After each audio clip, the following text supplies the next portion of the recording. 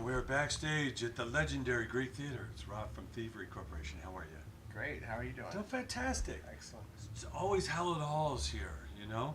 You've played here once or twice before? We've played here a few times, yeah. It's a great Wow. venue. We love it. You know, it's Nothing like it. yeah, it's just one of the best in the You know, country. you're so close to Hollywood, so close to the action, but you feel like you're hours outside Yeah. of the city.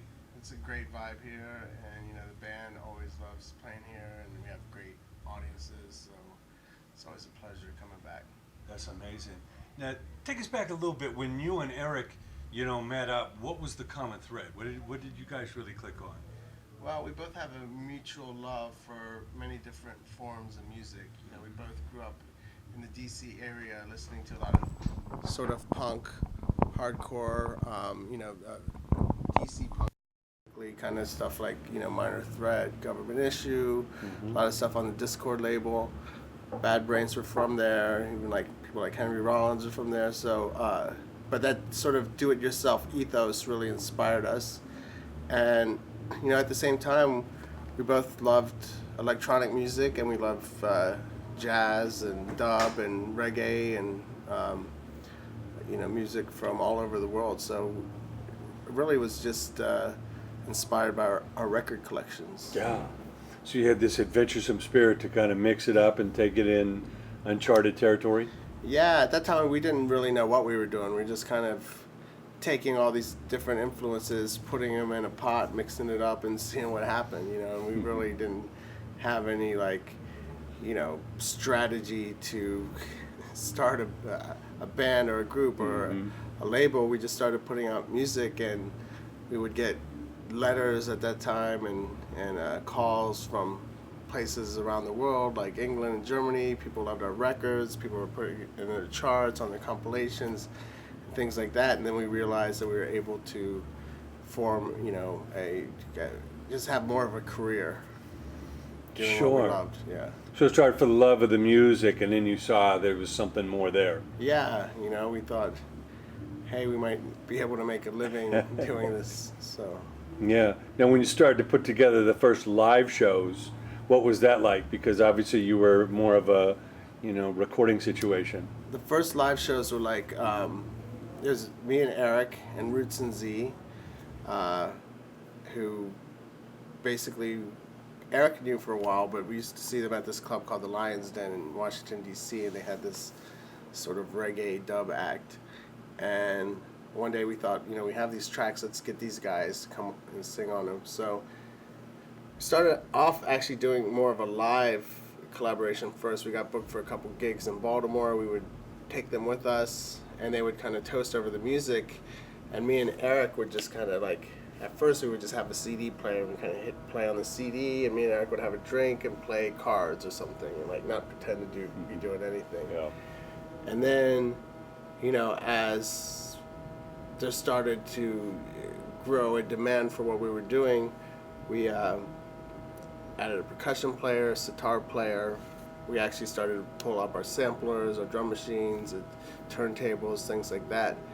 And that's really where it began, and it feels like, you know, we just found all these different talented musicians in different various bars, cafes, and bistros around Washington. You know, a singer from Colombia, a singer from Cape Verde, singer from Colombia, you know, and we would just have these people come and perform during our live shows. So it really kind of started kind of like, you know, this gypsy sort of caravan kind of style thing. So it started with that adventuresome spirit of being able to go anywhere.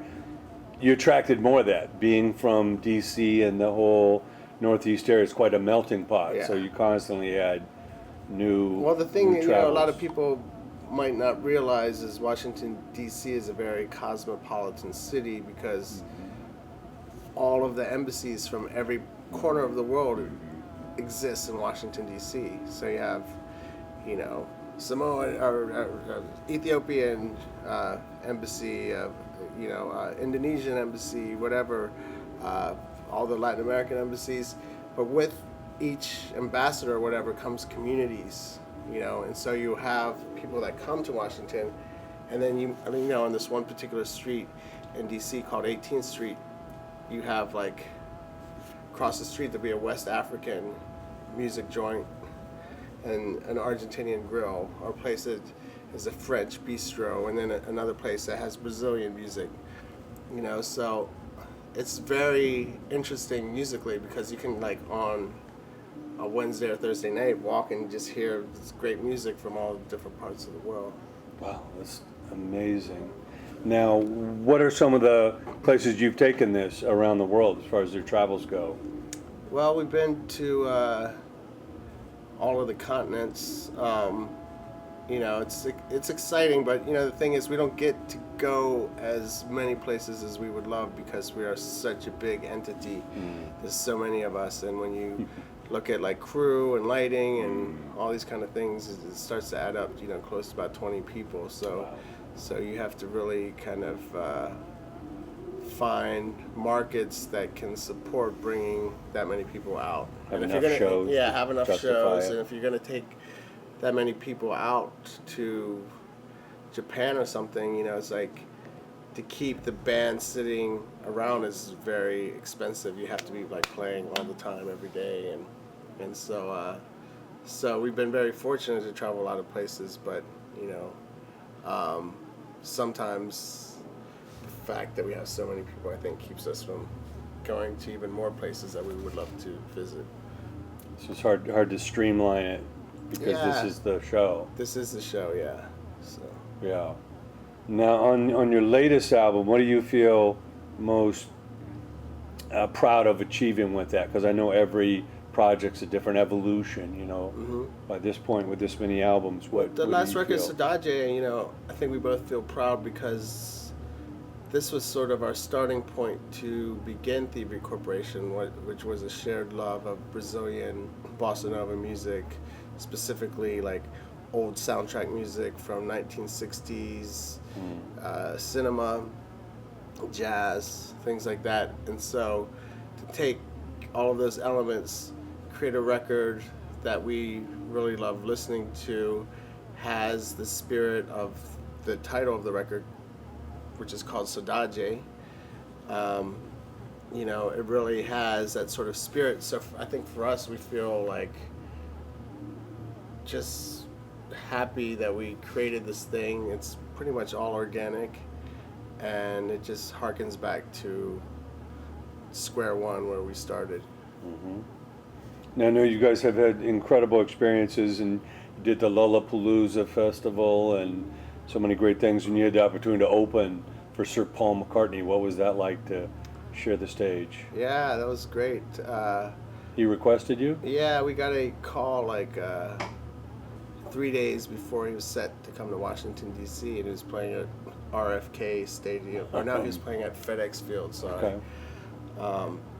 And, you know, they said, you know, Paul McCartney is a fan. He would like to meet you guys the day before the show so we could go to the stadium or whatever. And, you know, there he is, you know, Sir Paul McCartney. And you go up to him and you're kind of like, you know, what do you even say to him? That, you know, it's like, I like your music. You know, I'm sure everybody says that. Yes. And, you know, but he was just really a really nice guy who loves music. He, you know, I think every day before the show, he actually goes out and jams with his band and just does it for the love of it. I mean, I'm sure he doesn't have to rehearse these songs anymore. He's played them so much, but you can tell like he's, you know, just genuinely loves what he does, and it comes across in his show. And you know, I think he's just probably the, you know, biggest living songwriter in the world or whatever. Gotta be. He's got to be, and you know, he just has that spirit about him that's just, you know, undeniably cool.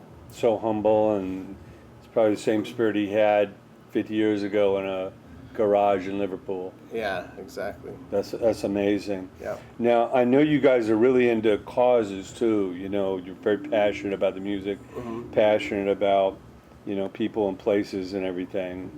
You know, whether it be a culture like Greece or, you know, cause. Talk a little bit about some of the things you're very, you know, behind. Well, I think we're just just in general, you know, we're very politically conscious, you know, throughout our music and sometimes, you know, our sentiments outside of that.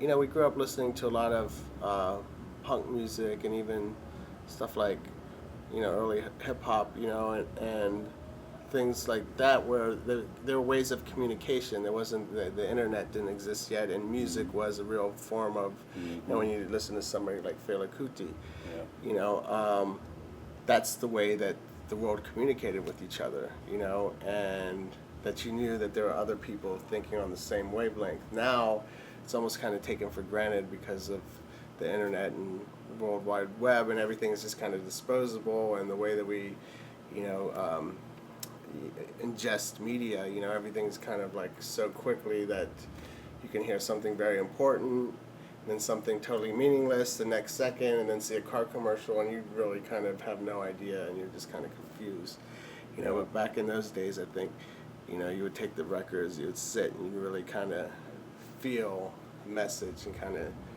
really get into what was being said. And so, you know, records like those were sort of our inspiration. And so we, because we're an independent group on our own label, we've always felt the ability to talk about whatever we wanted to talk about in our music, and we've never felt beholden to corporate interests or have to take our record in front of a boardroom and see if the president of some record label likes it. You know, we've never had to be in that position, so we've always been able to talk about things that we talk about, you know, in songs like Amerimanca or Richest Man in Babylon or Culture of Fear, you know. And so those all have sort of messages, you know, and I think, you know, it's kind of important to reflect what's happening in the world. Yeah, to mix great music with a message. Otherwise, if you take it as a whole, a lot of it tends to be just escapism. And maybe sometimes that's what's wrong with the world. You know, it's too much focus on that sort of escapist sort of, you know, just outlook. Sure.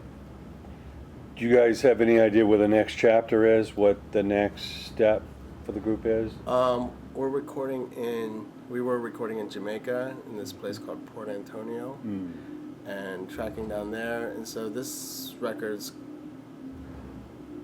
going to be pretty influenced by our love of Jamaican and dub music, and I think that's kind of enough to know for right now.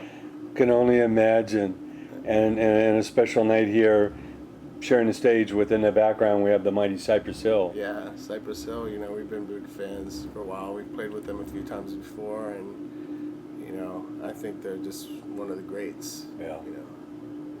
Such a hybrid of sounds and styles, but, you know, they carry that hip-hop banner real nice, you know. Exactly. Fantastic. Now, all that you've seen and gone through, obviously you're boldly independent, you know, so you can do your own thing. What advice do you have to the young creative people coming today? Because the business is constantly evolving, but as far as the mindset goes, you know, what do you instill in them to have a shot at doing this? Do it for the pure love of it. Even if nobody hears it, and share it with a friend or whatever, that's success in itself. You know, a lot of this other kind of success can be fleeting. You know, I mean, a lot of people that we started off with, you know, aren't making music these days, and they were like, you know, sort of the biggest thing since sliced bread when we started. And, you know, I think if you chase money or, you know, that sort of material success and you don't get it, and you don't have music that you love, you don't have success, you don't have money, and you don't have music you love.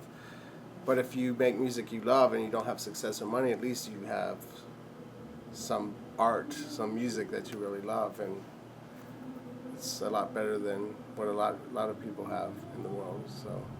And it can evolve into something. You never know when what you do becomes in fashion or a door opens.